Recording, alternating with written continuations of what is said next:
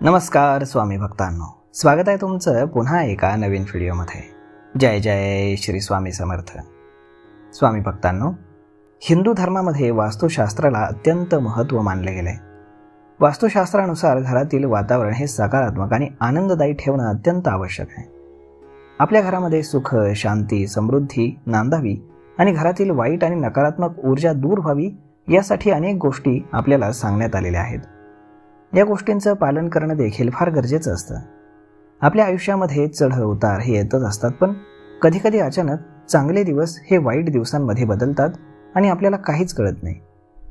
तुमच्याही आयुष्यामध्ये असंच काही घडत असेल तर त्यामागे घरातल्या काही लहानशा गोष्टी कारणीभूत असू शकतात।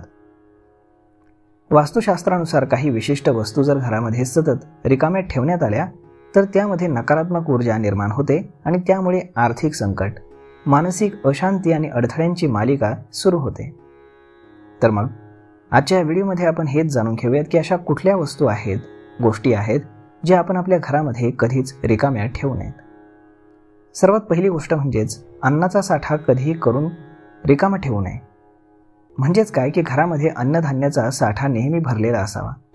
अन्नपूर्ण देवीचं पूजन करून अन्न साठवल्यास घरामध्ये देवी लक्ष्मीचा वास राहतो। अन्नाचा रिकामा डबा किंवा कंटेनर हे नकारात्मकतेचं प्रतीक मानलं जातं। त्यानंतर दुसरी गोष्ट म्हणजेच बाथरूममधील रिकामी बादली। तुमच्या बाथरूममध्ये रिकामी बादली ठेवली असेल तर ती त्वरित भरून ठेवा, कारण रिकामी बादली घरामध्ये दारिद्र्य आणते। त्यामध्ये पाणी भरून ठेवणं आवश्यक आहे। तसेच निळ्या रंगाची बादली ही शुभ मानली जाते आणि जुनी किंवा तुटलेली बादली वापरणं मात्र आपण टाळायला हवं।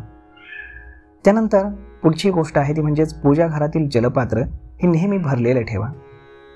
पूजा घरामध्ये ठेवलेले जलपात्र हे जर रिकामा असेल तर ते दुर्भाग्याचं लक्षण मानलं जातं। त्यामुळे जलपात्रामध्ये रोज ताजं पाणी, गंगाजल आणि एक तुळशीचं पान ठेवा।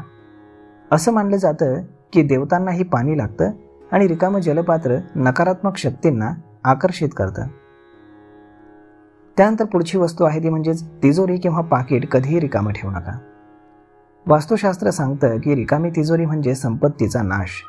त्यामुळे तुमच्या तिजोरीमध्ये किंवा पाकिटामध्ये नेहमी काही ना काही ठेवावं। ते धन असो किंवा गोमती चक्र, शंख किंवा कवडी, ज्यामुळे तुम्हाला धनप्राप्तीचे दरवाजे खुले होतील। आणि सगळ्यात महत्त्वाची गोष्ट म्हणजेच कोणाला कधीही अपशब्द बोलू नका। तुमचं बोलणं हे तुमचं नशीब ठरवत असतं। जर तुम्ही कोणालाही कठोर किंवा अपमानास्पद शब्द वापरले तर देवी लक्ष्मी तुमच्यावरती रुष्ट होते। विशेषतः घरातील वडीलधाऱ्यांशी आदरानं वागा आणि तुमचं बोलणं नेहमी प्रेमळ ठेवा। तर मग मित्रांनो, अशा पद्धतीने तुमच्या घरामध्ये या वस्तू कधीही रिकामे ठेवू नयेत। तर मग मित्रांनो, हा व्हिडिओ, ही माहिती तुम्हाला कशी वाटली हे तुम्ही आम्हाला कमेंट करून नक्कीच सांगा। आणि जर आवडली असेल तर आपल्या जवळच्या मित्रमंडळींसोबत देखील हा व्हिडिओ तुम्ही शेअर करायला विसरू नका। धन्यवाद।